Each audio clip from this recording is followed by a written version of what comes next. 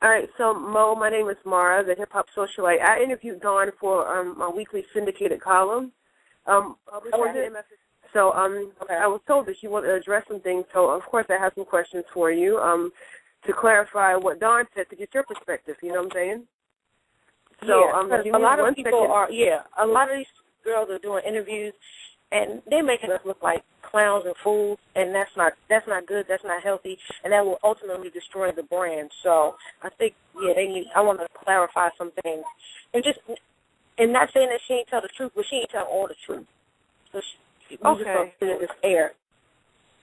All right, well, to start things off, now, one of the things that Dawn was trying to get across to me was that Kelly is not being portrayed in the most positive light on the show, and that it wasn't the way it's being played out on the show. Now, in that particular scene where she meets Fred, now, was she really that confrontational, or was that scene a little blown up for the sake of ratings? She was actually more confrontational in real life. They actually had to edit it down because it was like too much. That's how it always was. I don't know. It was so many different scenes. There was a scene where my husband was there, and everybody like, Mo, why you didn't say nothing? I said, because I was praying and I was laughing because I would really be thinking like, is this really happening right now?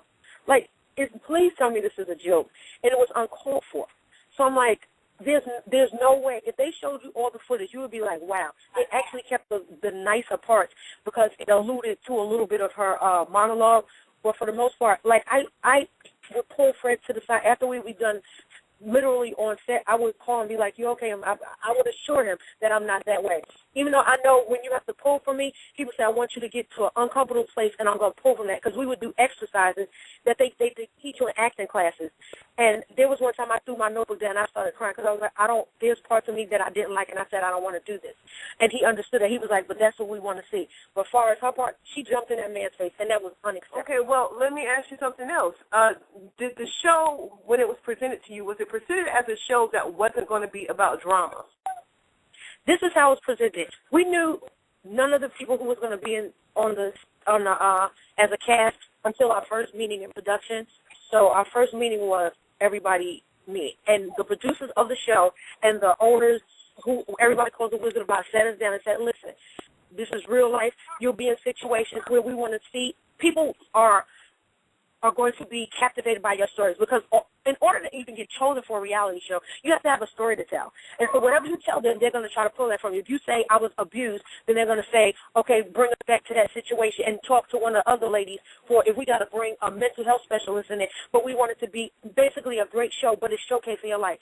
If anybody had a problem with that, they gave you the opportunity to not sign your contract. So coming into it, you already knew what you was dealing with. So we got there to our first meeting when they was just like, well, these are the ladies who have been selected. Y'all have some great stories. They said, trust the process. It will get uneasy at times, but if you ever feel uncomfortable, our doors are always open. And this is the owner who is very well connected. And he was just like, I just want you to know that all of you ladies, collectively are going to make a great show. I think this will be big because of the success of ATL. And if at any time, like he always kept on saying, they always made it known that if anybody felt uncomfortable, then it would come to them. And they said, I will tell you this, drama is allowed because, you can't get in between, let's be real, you can't get in between two people disagreeing, but violence is unacceptable. So if you want to throw stuff and fight, find another show to go on. So they're like, and if it gets too out of hand, nobody even knows that they even hired personal security planted in certain areas. Like if somebody saw the act, because sometimes people would get, I'll tell you, Kelly would act so belligerent at times, there was hired security for some of the sets. Because it got to the point, it's just like, we never knew which face that she was going to bring in that day and act like. And that's real. Wow. So it wasn't so much them editing to make her look like she was, a bully. Let me tell you something. You know how much you know how much that Fake Factory and TV One and all the producers get paid to do this kind of stuff? It would cost too much. It's really not that much of a budget because this is our first season. Now, once more seasons come about, that's when the bigger budgets start rolling in, like Keeping Up with the Kardashians and the Love and Hip Hop and stuff like that. The reason why those have the big budgets is because they have more and more seasons and they have more and more shows to get. For someone to sit there meticulously and just to make you look bad, it would cost too much money to keep on pulling that from you, especially because we were on an 8-week schedule. But because everybody wanted to act crazy at one time, they had to add an extra week, so we shot for 9 weeks. It would cost too much money for them to make you look like a fool. If you look like a fool, you did that yourself. Always be somebody do something dumb and almost ruin it for all of us. Yes, we almost got canceled. Y'all almost got canceled on the strength of the drama? Yes. Because somebody was acting so extra. Like, really, and getting in the executive's face. And it was like, wow. And that's Kelly. It was uncalled for. Exactly. I don't even have to say the name. Wow. Okay. Yeah, that's why I'm just like, and I was like, whoever allowed that should be just, because I'm going to tell you, I don't feel bad for what the repercussions she had to suffer because she did some crazy thing that I can't even speak of because it wasn't even all towards me. But the whole fact of the matter is that she was acting like she had to act that way.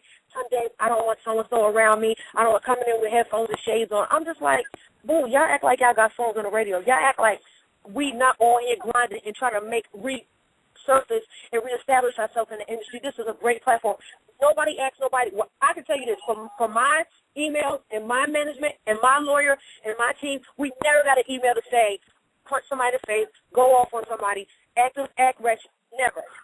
If I turned up, that was because I actually cared about somebody and I wanted to see them do better. So I know in the upcoming weeks that it's going to get a little crazy because I said, no disrespect, these bitches is lazy.